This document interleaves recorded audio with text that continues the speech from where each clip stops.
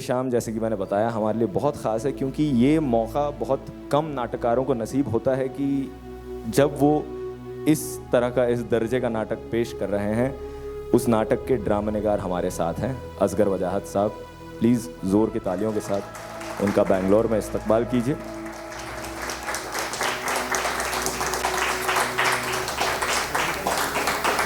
तो आज हम अपनी शाम शुरू करते हैं और अपनी एक बहुत ही इनफॉर्मल गुफ्तगू प्रोफेसर साहब के साथ। और दिवस साहब, अगर आप कुछ बोलना चाह रहे हैं तो आपके सफ़रनामे यानी ट्रैवलॉग, जिसे अंग्रेज़ी में ट्रैवलॉग कहते हैं, प्रोफेसर साहब के बड़े दिलचस्प सफ़रनामे हैं, आप कुछ रोशनी डालिए। शुक्रिया ज़फ़र साहब। सबसे पहले तो सर आपका बहुत बहुत स्वागत है, बहुत बहुत शुक्रिया दावत मंजूर करने के लिए और यहाँ आने के लिए। It's an honour to sit next to you, it's an honour to sit next to you and talk to you. ये सपना है, मैं कई दिनों से आपकी किताबें पढ़ रहा हूँ और ये अचानक से जैसे यूनिवर्स ने कहीं से मेरी बात सुन ली और ज़फ़र साहब ने कहा कि आप आ रहे हैं तो गुफ्तगू होगी, तो मुझे बहुत खुशी हुई। तो मैं इससे पहले शुरू करें, मैं ज़फ़र साहब का एक छोटा सा आपको तारुफ़ करा देता हूँ। ज़फ़र साहब 1979 से थिएटर से एक्टिवली जुड़े हुए हैं और कॉलेज के टाइम में उनको थिएटर का शौक़ चढ़ा और उसके बाद वो छूटा नहीं, अभी तक नहीं छूटा। पेशे से वो आर्किटेक्ट हैं, एयरफोर्स में बतौर आर्किटेक्ट वो काम कर चुके हैं और वहाँ से छोड़कर फिर उन्होंने अपना ख़ुद का एक ऑफ़िस खोला, खुद का एक फर्म ज़फ़र एसोसिएट्स। और कई नाटक इन्होंने लिखे भी हैं, कई क्लासिक प्लेस में उन्होंने काम भी किया है। एक इनका बड़ा मशहूर नाटक रहा है ज़बां मिली है मगर, और वास्तु चक्कर, और कुछ नाटक मुझे देखने का मौका मिला है जैसे टीपू सुल्तान के ख्वाब। एक बड़ी ख़ास बात है ज़फ़र साहब की कि he is a lover of art. तो एक तो ये अभी हमारी खुशकिस्मती है कि ये अलायंस फ्रांसिस के अभी मौजूदा प्रेसिडेंट हैं और ये हर तरह की आर्ट, म्यूज़िक हो, डांस हो, थिएटर हो, पोइट्री हो, सबको बढ़ावा देने की कोशिश कर रहे हैं। और एक ज़बान है यहाँ हमारे साउथ में जिसको उतना क्रेडिट नहीं मिलता जितना उसको मिलना चाहिए। वो ज़बान है दक्कनी।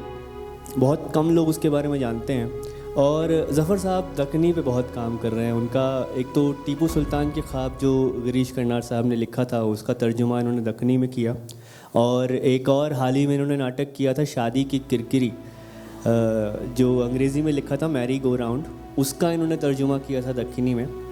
तो बहुत काम कर रहे हैं ज़ुबान के मुतालिक, आर्ट के मुतालिक, और आपको बहुत बहुत मुबारकबाद कल के प्ले के लिए ज़फ़र साहब।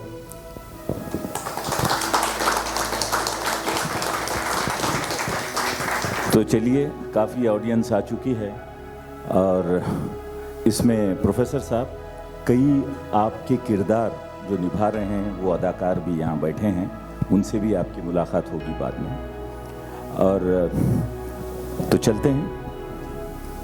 प्रोफेसर साहब, मैं आपसे ये पूछना चाह रहा था कि आपको पहला ड्रामे, वैसे तो आप सहाफ़ी रहे हैं, जर्नलिस्ट रहे हैं, लेकिन ड्रामे लिखने का जो शौक़ ये कब से शुरू हुआ और क्या चीज़ थी जो आपको झंझोड़ी कि भाई मैं ये ड्रामा लिखूं?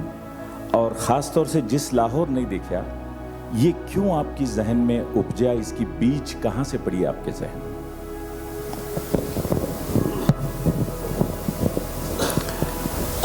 देखिए,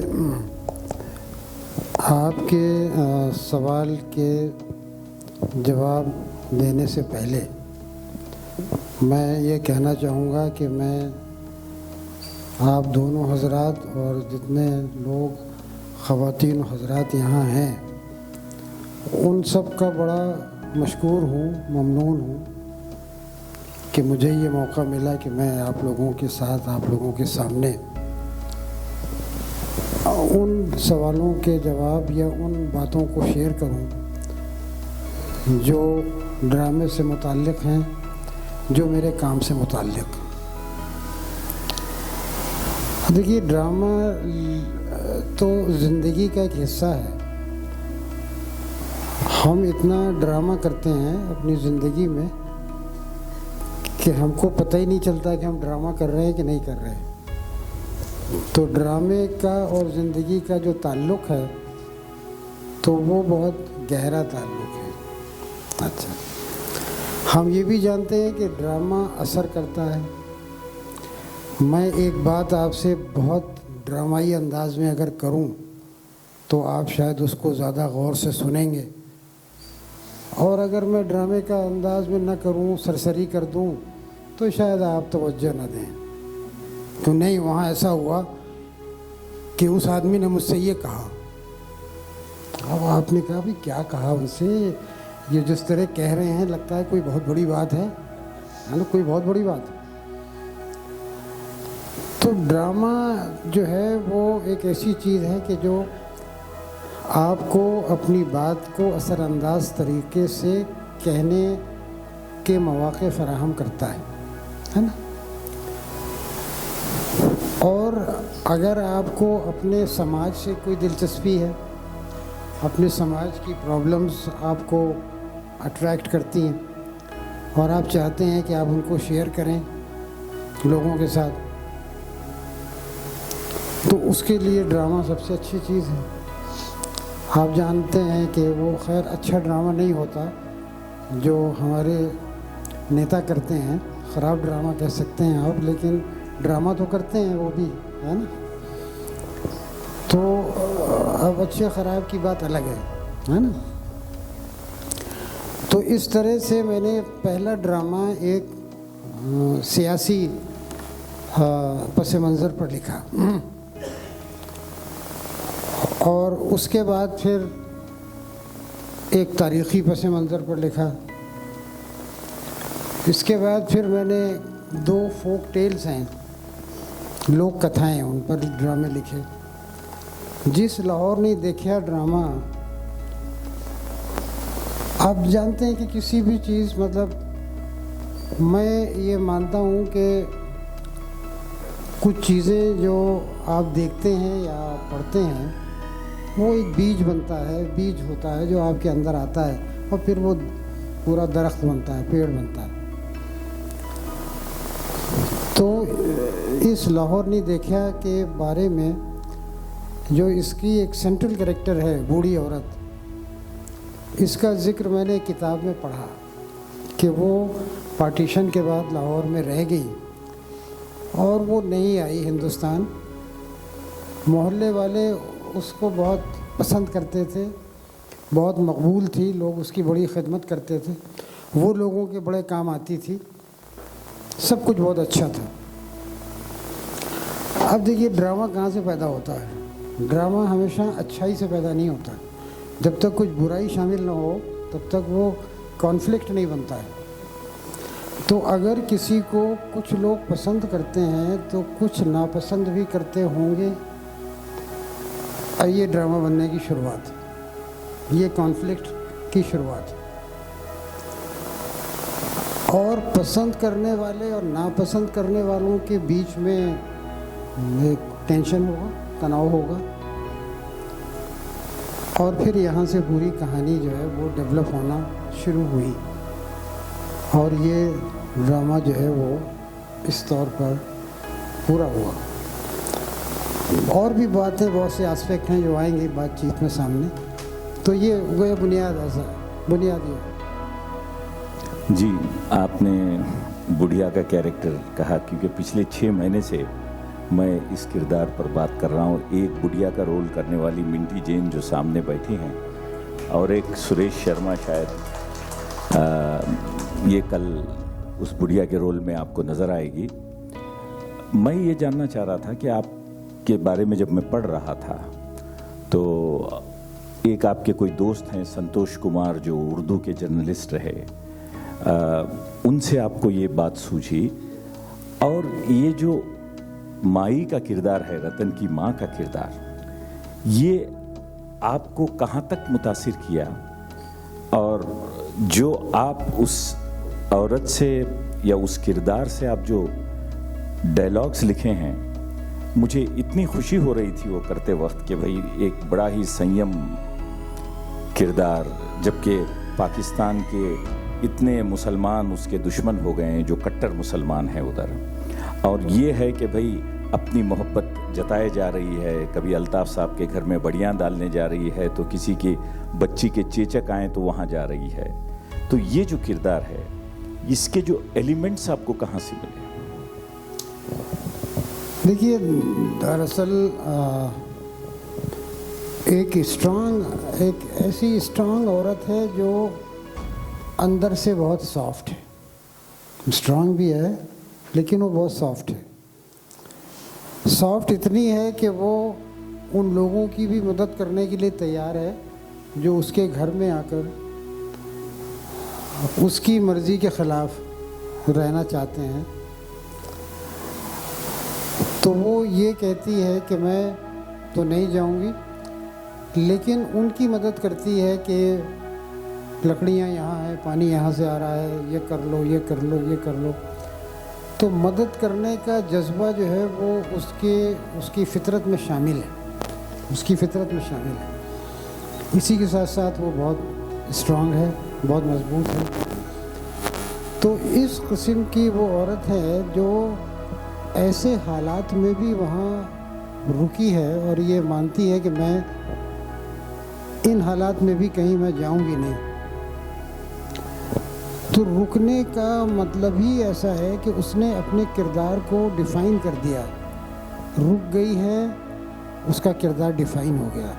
अब मेरा काम सिर्फ ये था कि उसको मैं विस्तार दूं, उसको मैं फैलाव दूं, लेकिन रुकने के साथ साथ ही वो उसने अपने को इस्टेब्लिश कर दिया कि वो कैसी है। ये है दरअसल बात। सर, एक जैसे हमारे यहाँ बोलते हैं कि theatre is a metaphor of life, और ये जो नाटक है जिस लाहौर नहीं वेख्या, ये अपने आप में एक मेटाफर है। एक कैरेक्टर जो है एक मेटाफर है। और माई का किरदार जैसे आप बता रहे हैं कि एक असल औरत थी जिसके बारे में आपने पढ़ा और उसके ऊपर आपने इसको लिखा। अमूमन सारे किरदार फिक्शनल हैं सर, एक किरदार को छोड़ के जिसके बारे में मैं एक्चुअली इसी सवाल में 2-3 सवाल निकलते हैं। एक तो ये है कि मैंने आपके और भी नाटक पढ़े, कहानियाँ पढ़ी हैं, और ये मैंने खासियत देखी है आपके लिखने में कि आप एक असल किरदार को या किसी ऐतिहासिक किसी हिस्ट्री से किसी किरदार को उठा के उसके अराउंड आप फिक्शन लिखते हैं। जैसे फिरंगी लौट आए, उसमें भी एक कुछ असल किरदार है और इसमें भी है। तो ये स्टाइल है, इसके बारे में आगे चल के मैं आपसे बात करूँगा। लेकिन इस नाटक में एक किरदार है नासिर काज़मी साहब का। नासिर काज़मी, जो लोग जानते हैं, नासिर काज़मी बहुत बड़े शायर हुए हैं, पाकिस्तान चले गए थे बंटवारे के बाद। तो एक तो ये कि कैसे आपको इंस्पिरेशन मिली कि नासिर काज़मी को आपने इस नाटक में इस्तेमाल किया, और ऐसा भी नहीं कि आपने सिर्फ उनका नाम इस्तेमाल किया, आपने उनकी शायरी इस्तेमाल की और उनका जो रहन सहन था वो आपने इस्तेमाल किया, उनके ख़याल आपने इस्तेमाल किए। तो एक तो ये, और दूसरा मेरा सवाल इसी में ये है कि इतने सारे शायरों में नासिर काज़मी ही क्यों? देखिए, नासिर काज़मी एक तरह से सिंबल हैं उन लोगों के जो पाकिस्तान गए लेकिन वो वहाँ एडजस्ट नहीं कर पाए। वो ये सोचते रहे कि ये दूसरा मुल्क कैसा है, क्यों है, क्या फ़र्क है, क्यों बना, क्या इसमें और हिंदुस्तान में फ़र्क है। तो एक अपरूटेडनेस, एक ऐसा शख्स जो ये समझने की कोशिश करता रहा और समझ नहीं पाया कि क्या फ़र्क है, क्यों ये मुल्क बना, है ना। ये उनकी पूरी शायरी और उनके पूरे किरदार का ये हिस्सा रहा है। अब ये ड्रामा जो है वो चूँकि सीधे पार्टीशन की बात नहीं करता, लेकिन पार्टीशन के बाद जो लोगों की कैफियत थी, जो लोगों का जहन था, उस जहन की अक्कासी करने का काम जो है वो नासिर काज़मी के ज़रिए से ही बहुत अच्छा हो सकता था। और उनकी शायरी भी आप जानते हैं कि वो बड़े दिलचस्प शख्स थे। रातों को सोते नहीं थे, रातों को जागते थे। ड्रामे में भी वो रातों को जागेंगे और ये कहते थे कि दुनिया के सबसे बड़े काम रात में ही होते हैं, रातें सोकर बर्बाद करने के लिए नहीं होती। तो वो पूरे शहर का, अपने दोस्तों के साथ पूरे शहर का रातों में चक्कर लगाते थे। बेचैनी थी सवालों के जवाब न मिलने की बेचैनी। जब आपको आपके सवालों के जवाब नहीं मिलते तो बेचैन हो जाते हैं आप। ये बेचैनी थी। और इसके बड़े मज़े के किस्से हैं। ये अपने दोस्तों के साथ लाहौर की सड़कों पर रात में घूम रहे थे। बारिश शुरू हो गई तो एक तांगा खड़ा था, तो इन्होंने तांगे वाले से कहा कि भाई हमें पहुंचा दो फला जगह। तो तांगे वाले ने कहा कि नहीं, मैं नहीं जाऊंगा, रात का वक्त है। बहुत उसको समझाया, वो तैयार नहीं हुआ। तो किसी ने तांगे वाले से कहा कि भाई ये शायर हैं। तो तांगे वाले ने सिर उठाया और कहा कि शायर हो, कोई शेर सुनाओ। तो इन्होंने शेर सुनाया। तो शेर सुनते ही वो तांगे वाला उछल के बैठ गया और उसने कहा कि चलो बैठो, तांगे पे आओ। और यही नहीं कि मैं तुम्हें आज घर छोड़ के आ रहा हूँ, बल्कि जब भी कहोगे मैं तुम्हें तुम्हारे घर छोड़ के आया करूँगा। तो फिर ये बताया गया कि ये दोस्त जो है रात में टहलते थे और तांगे वाला जो है वो अपने घोड़े की लगाम पकड़े हुए इनके पीछे तांगा लिए हुए चला करता था कि ये जब थक जाएंगे तो ये बैठ जाएंगे हमारे तांगे। तो आप वहीं से उस तांगे वाले का किरदार आपने दिया है। और आज हमारे दरमियान दोनों शायर भी हैं। शायद शायर का जो रोल कर रहे हैं माहिर मोहिउद्दीन और अनिरुद्ध रॉय, और उस तांगे वाले का रोल कर रहे हैं निशांत बाली और नितेश वर्मा। हाँ, ये सब यहाँ हैं।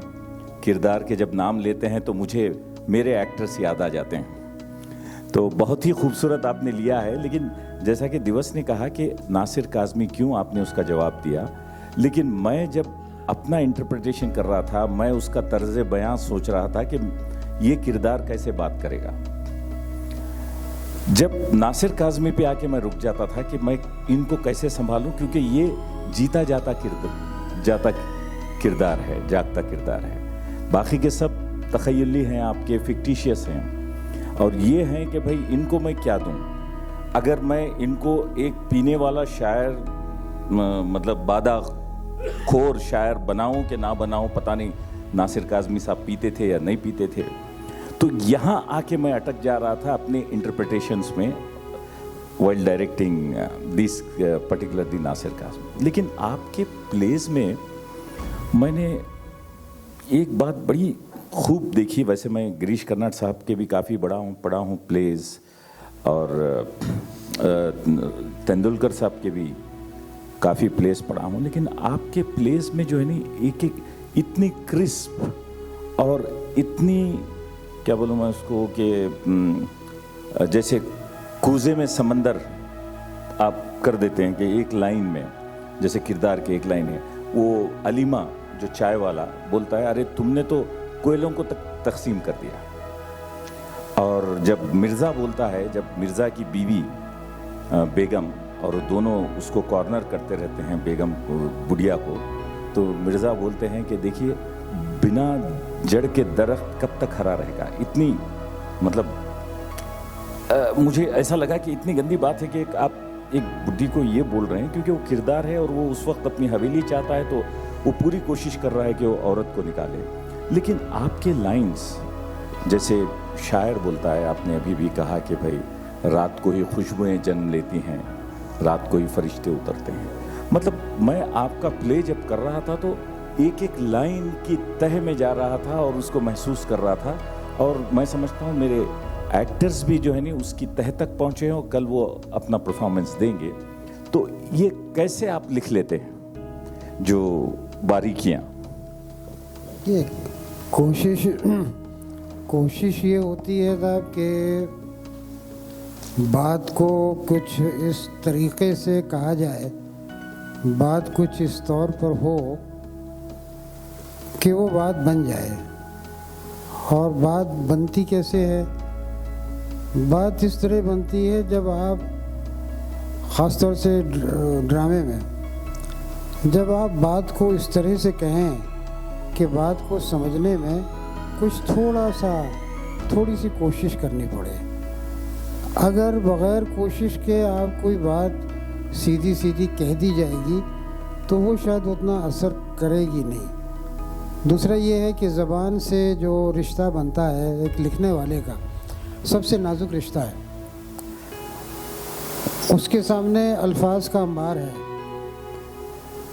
उसके सामने जो है तरह तरह के एक्सप्रेशंस हैं कि वो एक डायलॉग को 10 तरीके से लिख सकता है, 10 तरीके से लिख सकता है। लेकिन जब वो लिखने बैठता है तो उसको लगता है कि मैं कुछ इस तरह से लिखूं कि उसमें इंटरप्रिटेशन की गुंजाइश ज़्यादा बने। उसमें इंटरप्रिटेशन की गुंजाइश बनेगी तो पढ़ने और सुनने वाला जो है उसको अच्छा लगेगा, उसको मज़ा आएगा। जैसे मुहावरे हैं, जैसे और चीज़ें हैं जिनकी का इस्तेमाल आप करते हैं। तो ये आप कह सकते हैं कि लैंग्वेज का एक क्रिएटिव यूज़ होना चाहिए, जिसकी मैं कोशिश करता हूँ। और कहीं कहीं हो जाता है, कहीं कहीं नहीं भी हो पाता है, तो वो चलता रहता है। मैं ज़रा घूम के आऊँगा सर, आपसे वापस नासिर काज़मी पे आऊँगा। जैसे आपने बोला कि ये क्रिएटिव लिबर्टी है और प्ले राइट जो है वो एक ही चीज़ को 10 बार लिख सकता है। तो ये मेरे को बड़ा दिलचस्प लगता है, क्योंकि आपकी कई नाटक मैंने देखे जिसमें एक रियल लाइफ कैरेक्टर है, चाहे वो सुल्तान हो, चाहे वो शायर हो, चाहे वो एक गरीब आदमी हो या कारीगर हो। तो अब आप एक तो नाटक लिखते वक्त प्ले राइट की सबसे बड़ी रिस्पॉन्सिबिलिटी हो जाती है कि हर किसी को एक अलग आवाज़ देनी है, हर किसी का एक अलग लहजा होना चाहिए, बात करने का एक तरीका होना चाहिए, उसके ख्याल अलग हैं। अब आपके सामने सारे फिक्शनल कैरेक्टर हैं, लेकिन उनमें से एक कैरेक्टर जो रियल है, क्या आपको ये दिक्कत नहीं आती कि हाँ इसको तो मैं जानता हूँ अच्छे से, मैंने इसको स्टडी किया क्योंकि ये कैरेक्टर कहीं है और ये सब फिक्शनल कैरेक्टर है मेरे सामने, तो क्या आपको दिक्कत नहीं आती इनको कि ये अलग भी ना लगे, एकदम नाटक का हिस्सा भी लगे, लेकिन ये इसके मायने भी अच्छे हों? देखिए, दिक्कत आने का तो कोई सवाल नहीं है। दिक्कत क्यों आएगी? मतलब जिसको आप जानते हैं तो उसके पोर्ट्रेल में दिक्कत आने का सवाल नहीं सर, उसके बनस्पत बाकी कैरेक्टर, जो कि इसके लिए क्लैरिटी आपके मन में पूरी है। अच्छा, अब उनको रखा क्यों? देखिए, एक वजह तो मैंने बताई। दूसरी वजह यह है कि कोई भी लिखने वाला ये चाहता है कि उसके लिखे हुए पर लोग यकीन करें, और यकीन कब करते हैं? जब उनको लगता है कि ये सच है ना?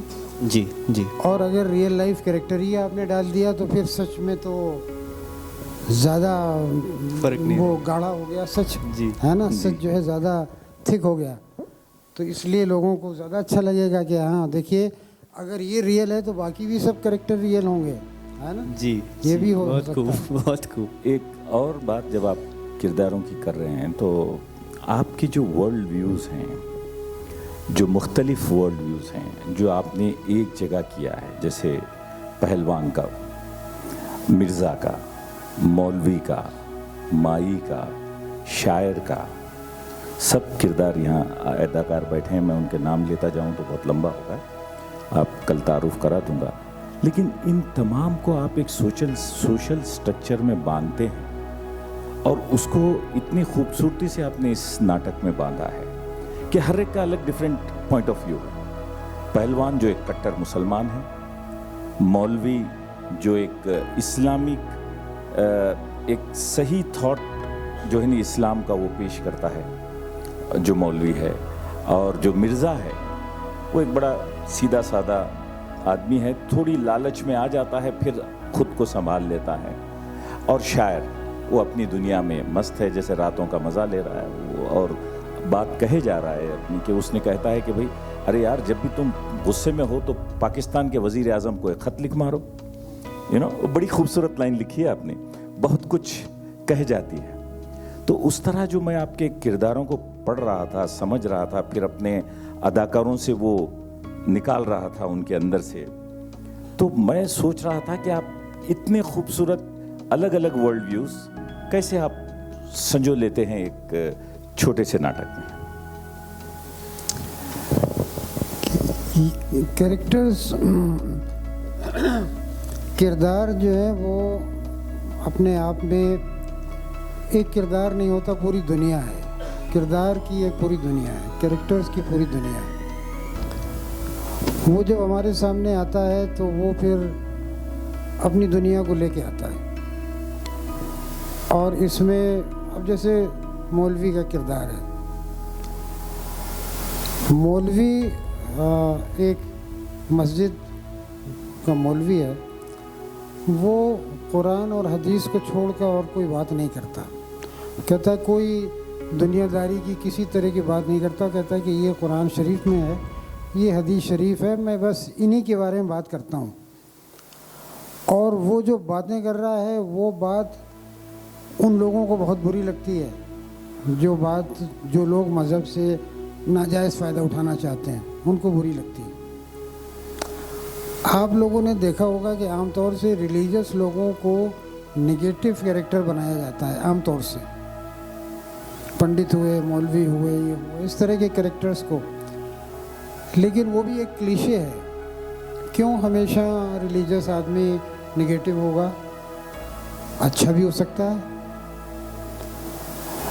तो सही मानों में ये मौलवी जो है, ये इस्लाम की जो तस्वीर सामने लाता है और जो पेश करता है, तो वो हकीकत में मज़हब की सही तस्वीर है। ये उसका वर्ल्ड व्यू है। शायर का दूसरा है, शायराना है। बहुत से लोग ये कहते हैं कि शायर जो बात कहते हैं तो वो तो देखिए एक तरह की एक ऐसा इमेजिनेशन होता है जो पॉसिबल नहीं है। लेकिन ऐसी बात नहीं है। वो इमेजिनेशन ऐसा होता है जो पॉसिबल होता है ना? कैसे? अंदाज़ा लगाइए, आज से मान लीजिए कि 10,000 साल पहले अगर किसी ने ये कहा कि भाई ऐसा तर्ज हुकूमत होना चाहिए जहाँ सब लोगों का हिस्सा हो, डेमोक्रेसी, तो लोगों ने उससे कहा होगा कि तुम पागल हो, ऐसा हो ही नहीं सकता। 10,000 साल बाद वो रियलिटी बन गई। तो शायर जो बात कर रहा है तो वो ऐसा नहीं है कि वो ऐसा इमेजिनेशन है जो रियलिटी में नहीं बदल सकता। वो बदल सकता है, बस ये है कि वो कई हज़ार साल आगे है, कई हज़ार साल बाद वही होगा जो वो कह रहा है ना?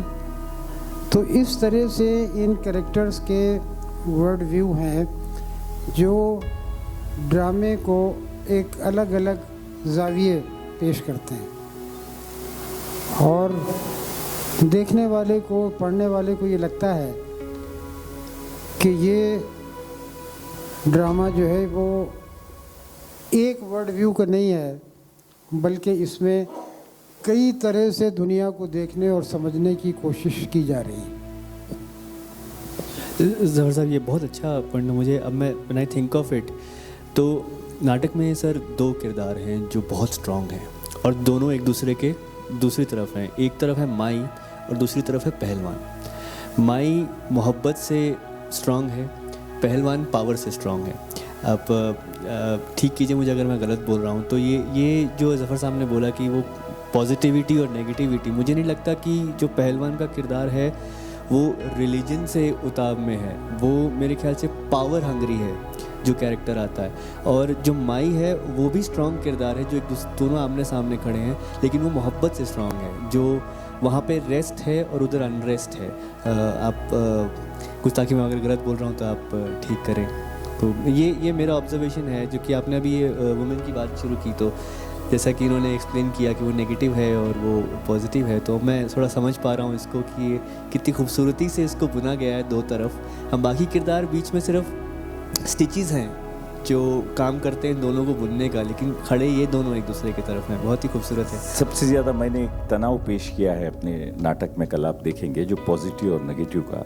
जी, शायर नासिर काज़मी बड़े पॉजिटिव है अपनी सोच में। यार तुम मुसलमान क्यों हो?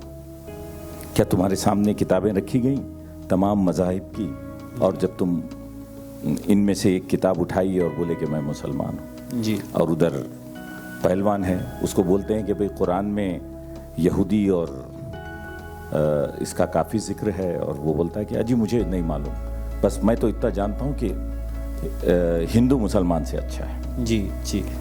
तो ये जो कॉन्फ्लिक्ट है ये बड़ी स्ट्रॉन्ग और पॉजिटिव और नेगेटिव की कॉन्फ्लिक्ट थी वहाँ। जी जी। कि वहाँ ये जो शायर को मैंने बहुत ही लो प्रोफाइल में बातें करने के लिए रखा है, और पहलवान जो है मेरे दो किरदार कर रहे हैं, एक तरुण भरद्वाज कर रहे हैं और एक स्नेहित गौड़ा जी।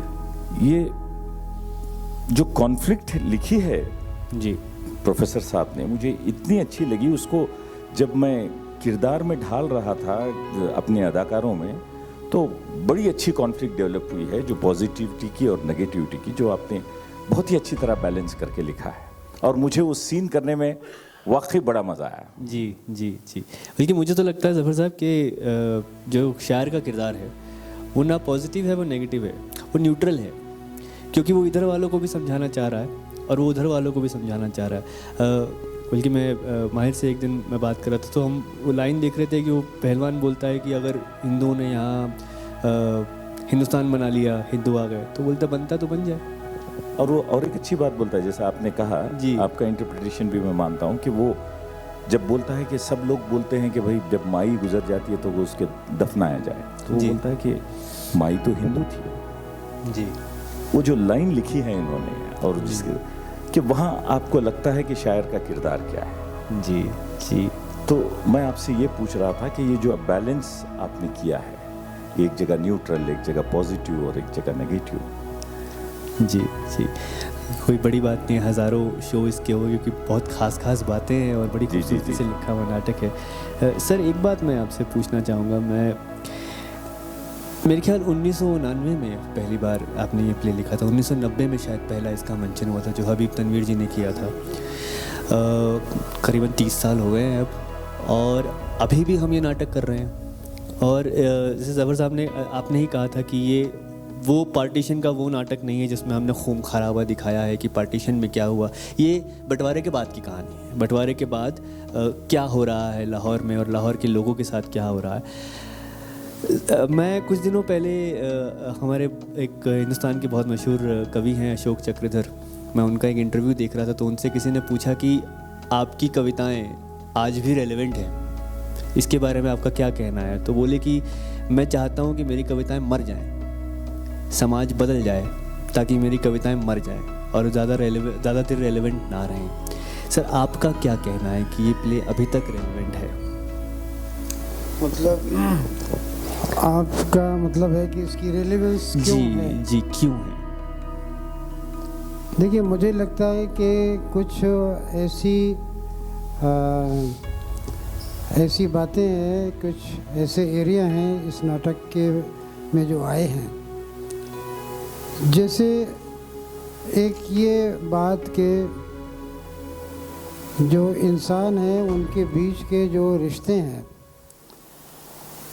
वो रिश्ते इतने मजबूत बन सकते हैं कि उनके बीच में ज़बान, कल्चर, कोई मुल्क, कोई मज़हब वो नहीं आ सकता। ये एक यूनिवर्सल फैक्ट कह सकते हैं। ऐसा नहीं है कि सिर्फ हमारे यहाँ है, पूरी दुनिया में जी।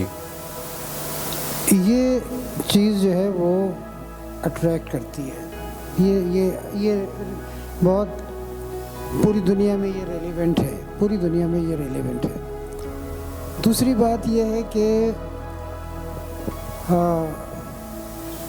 जो रिलीजन का पॉइंट ऑफ व्यू है, वो रिलीजन ये बताता है कि दरअसल ये पूरा जो पार्टीशन है इसका रिलीजन से कोई ताल्लुक़ नहीं है। किया गया ज़रूर ये इस्लाम के या मुसलमानों के नाम पर, लेकिन इसका उनसे कोई लेना देना है नहीं, इस्लाम से कोई लेना देना नहीं। तो रिलीजन को किस तरह से जो वेस्टेड इंटरेस्ट है वो एक टूल बना के यूज़ करता है, ये भी बात जो है जी वो यूनिवर्सल एक है, देखते हैं आप जी। उसके बाद ये शायर का जो वर्ल्ड व्यू है ये तो है ही है यही वजह है कि शायद ये दुनिया के दूसरे मुल्कों में भी हुआ और वहाँ भी लोगों ने इसको देखा, और यहाँ भी ये लंबे अरसे से हो रहा है और अभी भी लोग इसको देख रहे हैं। कुछ बहुत बुनियादी सवाल जिसकी तरफ ज़फ़र साहब ने इशारा किया कि ये नाटक सोचने के लिए मजबूर करता है कि भाई रिलीजन जो है आपका, वो रिलीजन आप तक कैसे पहुंचा, क्या आपने उसको अर्न किया, क्या आपने उसे हासिल किया, या वो आपको मिल गया। अगर वो मिल गया तो उसका क्या इम्पोर्टेंस है। मिल गई कोई चीज़ आपको, बस मिल गई,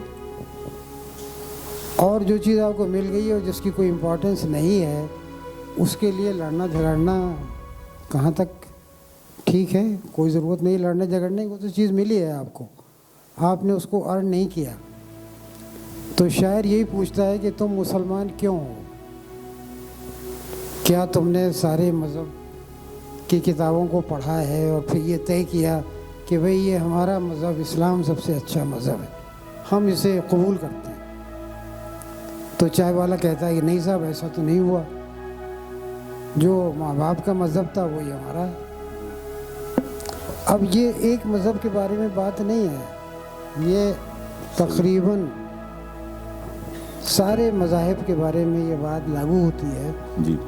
और इसको एक समझने की ज़रूरत है, एक इसके बारे में गौर करने की ज़रूरत है। जैसे आपने कहा कि आज मैं समझता हूँ, चाहे हिंदुस्तान नहीं, दुनिया में सबसे बड़ी जो चीज़ जो इंसान को खाई जा रही है वो है the nexus between the religion and the politics. ये ज़माने से होती आ रही है कि भाई एक तरफ पॉलिटिकल पावर और एक तरफ रिलीजियस पावर, और ये जब दोनों मिलते हैं तो बड़े ख़तरनाक नताइज होते हैं।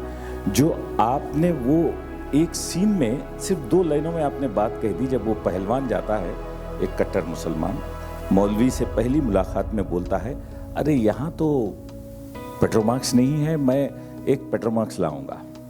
आप पार्टीशन के वक्त की बात कर रहे हैं, आज मैं देखता हूँ मंदिरों में फर्शें बिछाई जा रही हैं, मस्जिदों में जानी माज़ें बिछाई जा रही हैं लोकल पॉलिटिशियंस के ज़रिए।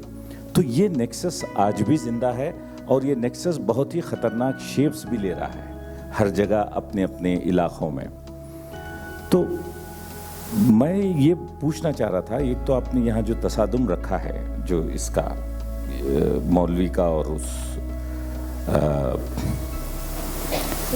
शायर का, एक तो वो, और ये जब दुनिया की बात करता हूँ तो मुझे याद आता है कि भाई मैं शायद 25 साल पहले हबीब तनवीर साहब का रविंद्र कला क्षेत्र में नाटक देखा था आपका, जब मैं शायद स्टूडेंट, जस्ट मैंने अपनी इंजीनियरिंग ख़त्म की थी तो देखा था।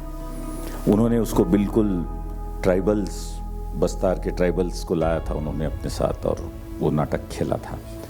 और आप हबीब तनवीर साहब, मैं समझता हूँ जितने इसके शोज़ किए हैं शायद कोई नहीं किया होगा जिस लाहौर नहीं देखा गया। वहाँ से लेकर आप वॉशिंगटन तक जो आपके ये रहे, मैं ये जानना चाहता हूँ कि आपको क्या क्या परेशानियाँ हुई। जैसे मैं कल ये व्हाट्सएप पे मैसेजेस भेज रहा था, अपने वेबसाइट पे मैसेजेस भेज रहा था, तो कई लोगों के मुझे मैसेजेस आए, वो पूछ रहे थे कि भाई क्यों, why partition, why are you picking up the play of only between this thing, उस पीरियड का क्यों ले रहे हैं।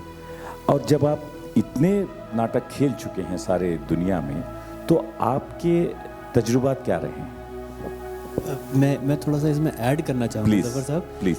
बड़ा अच्छा सवाल है ये कि वाई पार्टीशन, ये सवाल मैंने भी बहुत बार सुना है सर, कि अब तो बहुत साल हो चुके, 70 साल हो चुके, अब तुम क्यों पार्टीशन की बातें कर रहे हो, हमको पता है बंटवारा हुआ था, खून खराबा हुआ था और वो सब, कि क्या ये अब हमको और कहानियाँ नहीं सुनना चाहिए, हम क्यों बार बार बंटवारे के नाटक देखते रहते हैं, या बंटवारे की कहानियाँ हमें क्यों सुनाई जाती है, या आज के लोग, आज के जो नए प्ले राइट हैं, जो जवान हैं, वो भी इन्हीं मसाइल पे लिखने की कोशिश कर रहे हैं कि क्यों लिख रहे हैं, हम नई कहानियाँ क्यों ना लिखें। तो मैं बस ऐड कर रहा हूँ कि जी, तो ये उनसे लेते हुए कि आपको इसके बारे में आपको क्या कहना है?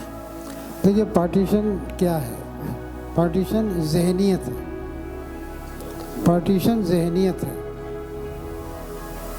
अगर किसी के जहन में ये बात बैठी हुई है कि 2 अलग अलग मज़ाहिब को मानने वाले, उनके बीच में अच्छे रिश्ते नहीं हो सकते, तो यही पार्टीशन है, यही पार्टीशन। जी बहुत बढ़िया। अगर आप ये समझते हैं, कोई ये समझता है कि भाई उसका मज़हब अलग है और मेरा अलग है और हमारे बीच में कोई अच्छे ताल्लुक़ नहीं हो सकते, तो ये पार्टीशन है। और अगर ये समाज में हमारे आज मौजूद है तो इसका मतलब ये है कि पार्टीशन का जो एक तरह से बीज है वो अभी भी है, और जब तक हम उसको एड्रेस नहीं करेंगे तब तक हम बच नहीं पाएंगे उससे, क्योंकि अगर बीज है तो वो कभी भी बड़ा हो सकता है, कभी भी वो पेड़ बन सकता है। तो इसलिए ये बहुत ज़रूरी है, ये बहुत ज़रूरी है कि इसको एड्रेस किया जाए, है ना, इसको एड्रेस किया जाए। तो जो एक जहनियत है पार्टीशन की, उस जहनियत के ऊपर लिखा जा रहा है। पार्टीशन तो जो था वो हो गया, ख़त्म हो गया, लेकिन जहनियत अभी जो है वो अगर समाज में है और मेरे ख़्याल से है तो उसको एड्रेस किया जाना चाहिए, उसके ऊपर लिखना बहुत ज़रूरी है। सर बिल्कुल सही, यही मैं बिल्कुल यही सुनना चाह रहा था आपसे। लेकिन सर इसका एक और एंगल भी है कि शुरू में जैसे बंटवारे की एकदम बात, कहानियाँ लिखी गई बंटवारे की, नाटक लिखे गए बंटवारे के, और हम सुनते आए। और अब जैसे हालात हैं, जैसा कि ज़फ़र साहब ने भी कहा कि जो पॉलिटिकल हालात हैं और जो रिलीजियस और पॉलिटिक्स मिल के जो भी तमाशा चल रहा है, इसमें आज के जो प्ले राइट्स हैं, मुझे लगता है कहीं ना कहीं एक थोड़ा सा डर भी है आज लिखते हुए कि हम जानते हैं पिछले कुछ सालों में बहुत से आर्टिस्ट बैन हुए हैं, बहुत से नाटक बैन हुए हैं, रोके गए हैं, और पहले भी होता था लेकिन अब बहुत फ्रीक्वेंटली हो रहा है, बहुत लगातार हो रहा है। और अभी भी कुछ कलाकार हैं जो जेल में हैं सिर्फ फ्रीडम ऑफ स्पीच की वजह से। तो क्या कुछ बदलाव आ गया है, या जो प्ले राइट, जो नाटक लिखने की जो शैली थी या नाटक लिखने की जो आज़ादी थी, और जिस तरह धड़ल्ले से नाटक पहले लिखे जाते थे बिना किसी डर के, आपको लगता है कि उसमें बदलाव आ गया है और कुछ करने की ज़रूरत है? मतलब आप बात कर रहे हैं जो एक तो तरह से वो बग़ैर बताया या बग़ैर कहा हुआ जो सेंसर, जी जी उसकी जी, बात। जी देखिए, जाहिर है कि उसका तो असर देखते हैं, लेकिन मज़ेदारी ये होती है कि कहने वाला जो कुछ कहना चाहता है वो कहे, और उसके बाद भी वो किसी गिरफ्त में ना आए। वो उसके ऊपर आप, अच्छा, गिरफ्त में वो जब आता है अगर वो उसकी राइटिंग जो है स्लोगन राइटिंग होती है, अगर उसकी राइटिंग जो है वो प्रोपेगेंडा राइटिंग होती है, तो प्रोपेगेंडा राइटिंग में राइटर जो है, अच्छा, प्रोपेगेंडा हमेशा जो है वो एक तरह से सॉलिड होता है, कंक्रीट होता है, स्टेटमेंट वाला होता है। प्रोपेगेंडे में स्टेटमेंट होता है, और अच्छे आर्ट की पहचान ये है कि उसमें स्टेटमेंट नहीं होता। तो जब स्टेटमेंट नहीं है तो उसके ऊपर पकड़ करना थोड़ी मुश्किल होता है ना? जी, जिसके ऊपर जी, मुश्किल होता है। जी। तो मेरे नाटकों में, मेरे ड्रामों की जो अंडरटोनिंग है सारी की सारी, वो अंडरटोनिंग ऐसी है कि उसको आप ये नहीं कह सकते कि वो प्रोपेगेंडा है। कहते हैं ये एक ह्यूमन सिचुएशन है, ये एक सोशल प्रॉब्लम है जिसके बारे में कमेंट किया जा रहा है, लेकिन हम जानते हैं कि पॉलिटिक्स की जो सरहदें हैं वो बहुत बड़ी हैं। जी, वो कहाँ कहाँ नहीं जाके टच होती हैं ये हम नहीं कह सकते। तो वो टच हो भी रही हैं और वो नहीं भी हो रही हैं, जी। दोनों चीज़ें हैं। तो ये एक अच्छे आर्ट की जो है पहचान। आपका अगर मैं कहने का एक लाइन में अगर मैं मतलब निकालना चाहूँ तो जैसे आपने पहले कहा था कि प्ले राइट 10 तरीके से एक चीज़ को लिख सकता है। So I think what you trying to say कि we need to be smart in what we are writing instead of being outspoken and propagandist. We need to be smart in what we trying to say, and we can still, हम अभी भी वो सब कर सकते हैं जो हम करना चाहते हैं अगर थोड़ा सा क्रिएटिविटी हम यूज़ करें। अगर ये मैं समझा आपकी बात से। जफर साहब कुछ हाँ। ऐड करना चाहेंगे? नहीं, मैं ये जानना चाह रहा था कि अब मैं जब प्ले करने लगा तो मुझे जिस तरह के मैसेजेस आए कुछ, तो मैंने जिक्र किया आपसे। आपको इतने सालों में कई 86 से आप ये प्ले कर रहे हैं शायद?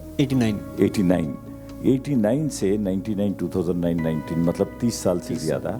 आपको क्या अड़चनें आईं या किस तरह की तोहमतें लगी आप पर, या हिंदुस्तान में हो या हिंदुस्तान के बाहर, वो हम सुनना चाह रहे थे आपसे। 2-3 तरह से आई।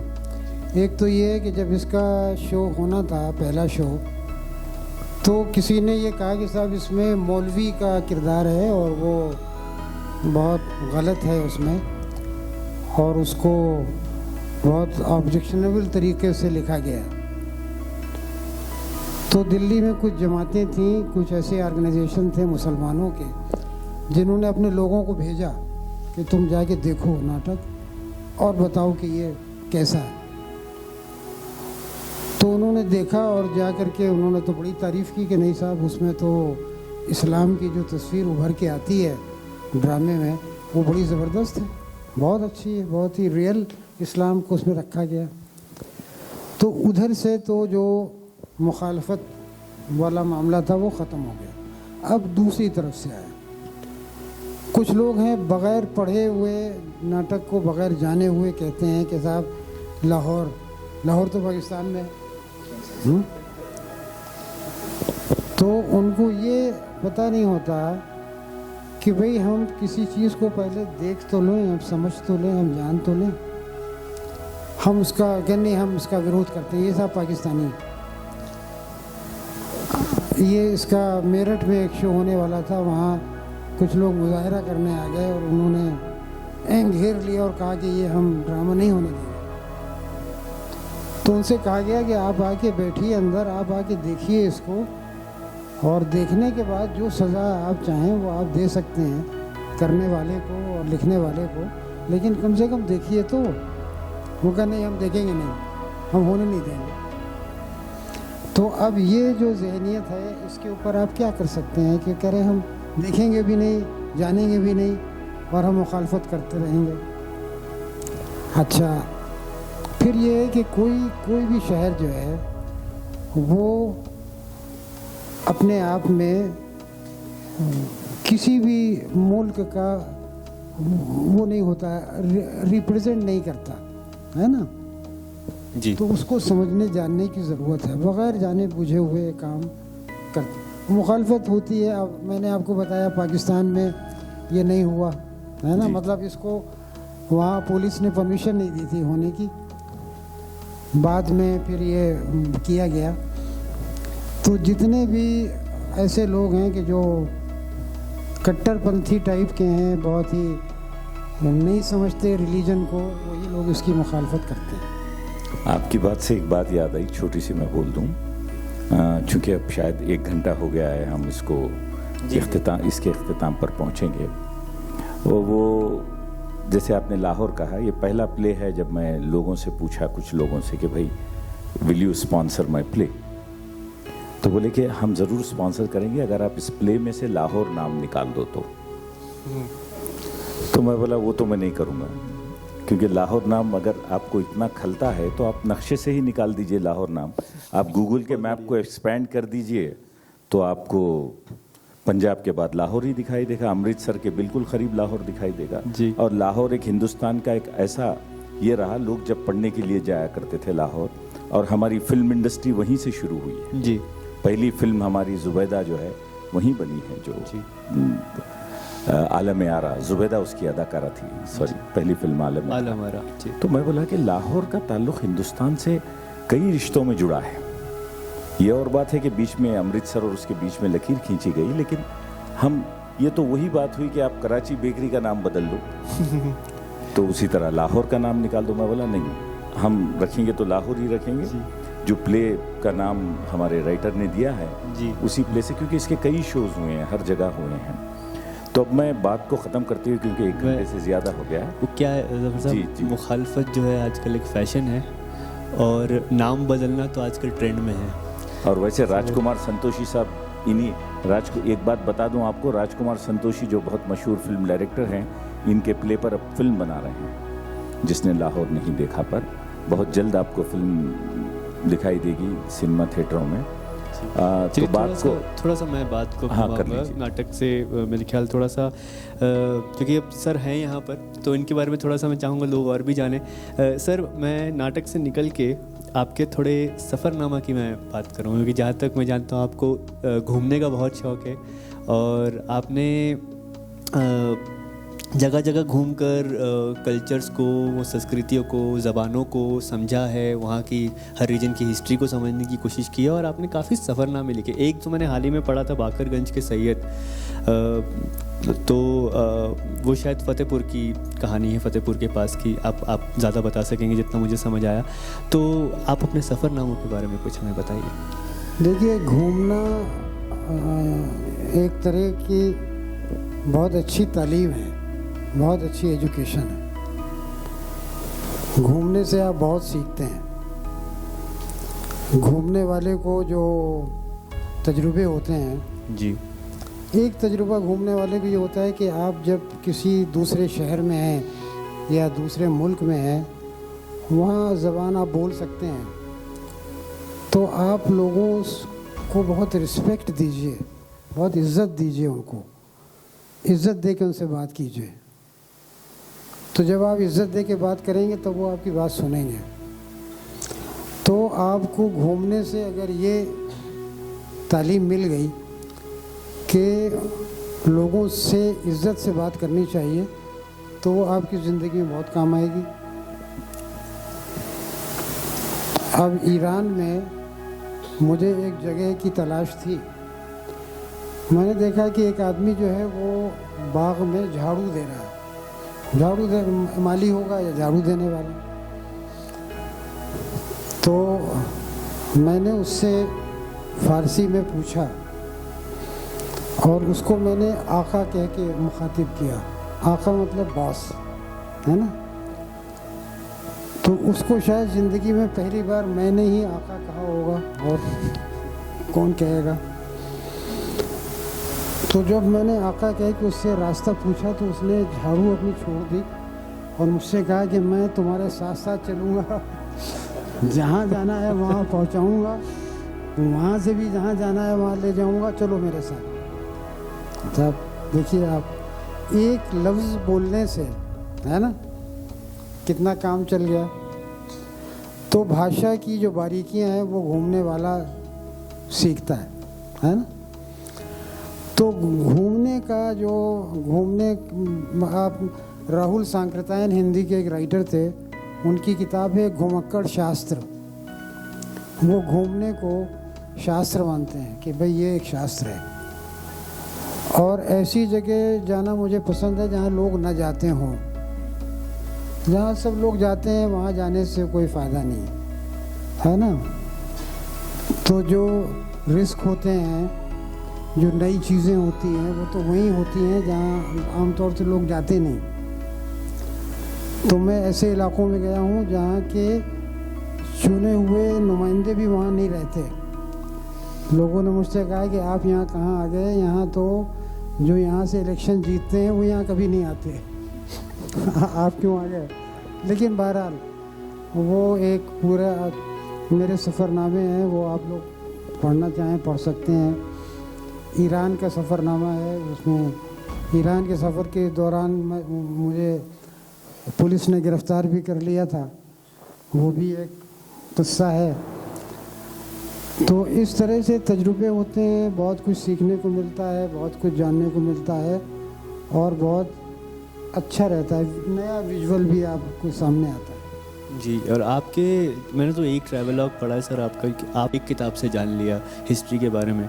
तो अगर आप लोग पढ़ना चाहें ज़रूर पढ़िए। प्रोफेसर साहब के सफ़रनामे बहुत ही खूबसूरत हैं। मैं थोड़ा आगे चलूँगा कि वक्त कम है। तो आपने शुरू में मेरे ख्याल पेंटिंग्स की बात की थी इनकी, हाँ। तो आप उसके बारे में सर से कुछ बात करना चाहेंगे पेंटिंग्स के बारे में। क्योंकि मैं ये सोच रहा था कि वक्त बहुत होता चल रहा है, बहुत से लोगों के जहनों में कई सवाल हैं जो हमें पूछने हैं। जी, तो और शमा भी बुझ गई है, जल रही थी। तो मैं सोच रहा था कि एक आखिरी सवाल पे इसको इख्तिताम करते हैं, फिर आप सबकी राय लेते हैं। आपके जहन में जो सवाल चल रहे हैं, कुछ जानना चाह रहे हैं तो आप पूछिए। वो ये है कि हाँ, मैं आपकी माई की तलाश कर रहा था और सुरेश शर्मा आ गई हैं उधर। ये हैं वो, और एक दूसरी एक्टर हैं जो माई का रोल कर रही हैं, मिंटी जैन के अलावा। तो मैं ये पूछना चाह रहा था प्रोफेसर साहब कि उर्दू थिएटर जो दिन ब दिन मुझे लग रहा है कि गिरती जा रही है, और लोगों को थिएटर तक लाना, और चूंकि लोग अब फिंगर टिप्स के आदी हो गए हैं, यहाँ तक कि बुलाता हूँ तो बोलते हैं कि भाई लिंक भेज देना मुझे बात। तो मैं 6 महीने की मेहनत करके 2 घंटे की बात के लिए इतनी मेहनत करके, इतने मेरे आर्टिस्ट अपना पसीना ये करके रोज़ शाम में 3-3 घंटे 4-4 घंटे रिहर्सल करके, और जब मुझे बोलते हैं कि ज़रूर आइए, बोलते तो यार लिंक भेज देना, मैं घर पे देख लूँगा। तो ये क्या हो रहा है कि बतदरीज गिरती जा रही है। और उर्दू लिखने के नाटककारों में भी मैं देख रहा हूँ कि वैसे तो उर्दू में बहुत कम नाटक लिखे हैं, क्योंकि उर्दू के नाटककार ज़्यादातर डायलॉग्स में, जैसे अनारकली हुआ या सोहराब मोदी के आप डायलॉग देखिए, पारसी थिएटर आप देखिए। यहाँ स्टेज क्राफ्ट्स को मद्देनज़र रख के लिखना बहुत कम लोग हैं। जैसे आपके नाटक में मैंने स्टेज क्राफ्ट देखा, आपने 3 सीन में पूरे नाटक को समो लिया, एक हवेली, एक अलीमा की दुकान और एक मस्जिद का सेट। तो मैं दूसरे जब नाटक पढ़ता हूँ तो परेशान हो जाता हूँ कि कैसे मैं इसको स्टेज कर पाऊँगा, बिकॉज सीन पे सीन लोकेशंस बदलते जा रहे हैं। तो मैं आपसे जानना चाह रहा था कि उर्दू थिएटर के लिए और नए प्ले राइट और एक्टरों के लिए आपकी क्या तजवीज़ है, कोई राय है तो प्लीज़। मुझे ये लगता है साहब कि 2 बातें बहुत ज़रूरी हैं। एक तो बात ये है कि जो थिएटर के ग्रुप्स हैं उनका और प्ले राइट्स के बीच में एक बहुत स्ट्रांग रिलेशनशिप बननी चाहिए। जी, मैंने ये देखा है ख़ास तौर से यूरोप में कि थिएटर के ग्रुप्स और प्ले राइट महीनों साथ काम करते हैं, साथ काम करते हैं, और उसके बाद एक प्ले जो है वो बनता है। जी, ये बहुत ज़रूरी है। दूसरी बात, नाटक के देखने वालों को न सिर्फ ये है कि उनका पता लगाया जाए, बल्कि उनकी एक जिसे कहना चाहिए कि उनको लिंक किया जाना चाहिए। फ़र्ज़ कीजिए कि इस शहर में 200 लोग आपके पास ऐसे हैं या 500 लोग ऐसे हैं जो ये कह रहे हैं कि भाई ये नाटक आप करिए और हम आपको सपोर्ट करते हैं, हम इतने पैसे का टिकट लेके हम आएंगे, देखेंगे आके, काम आपके लिए आसान हो जाएगा, है ना।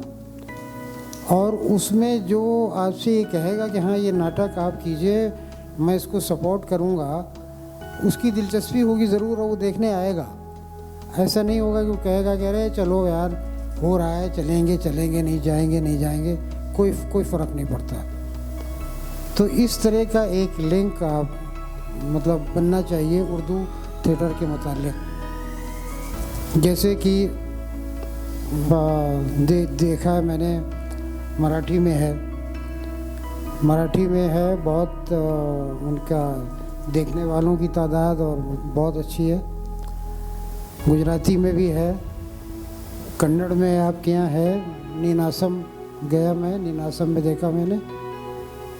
तो ये है कि जितना काम आप ग्रुप के साथ करते हैं उतना काम देखने वालों के दरमियान करना बहुत ज़रूरी है। देखने वालों के दरमियान भी उतना काम होना चाहिए। न्यू मैक्सिको में मैंने देखा कि नुक्कड़ नाटक जो लोग करते हैं वो नुक्कड़ नाटक करने के बाद पूरा ग्रुप मशाल ले करके मोहल्लों में निकलता है और हर घर के सामने जाते हैं वो, और घर वालों से कहते हैं कि भाई अगला शो हमारा कल है और आप लोग आइए देखने के लिए।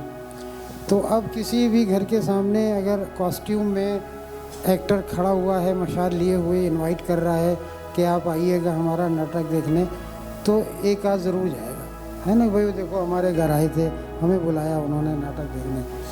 तो क्या है कि नाटक देखने वालों के साथ जो रिश्ता बनना चाहिए वो रिश्ता बन नहीं पाया। तो यही दो बातें हैं जो इम्पोर्टेंट। ಸೆಕ್ಯುಲರ್ ಟಿವಿ, ಇದು ಜಾತ್ಯತೀತತೆಯ ಪ್ರತಿಬಿಂಬ.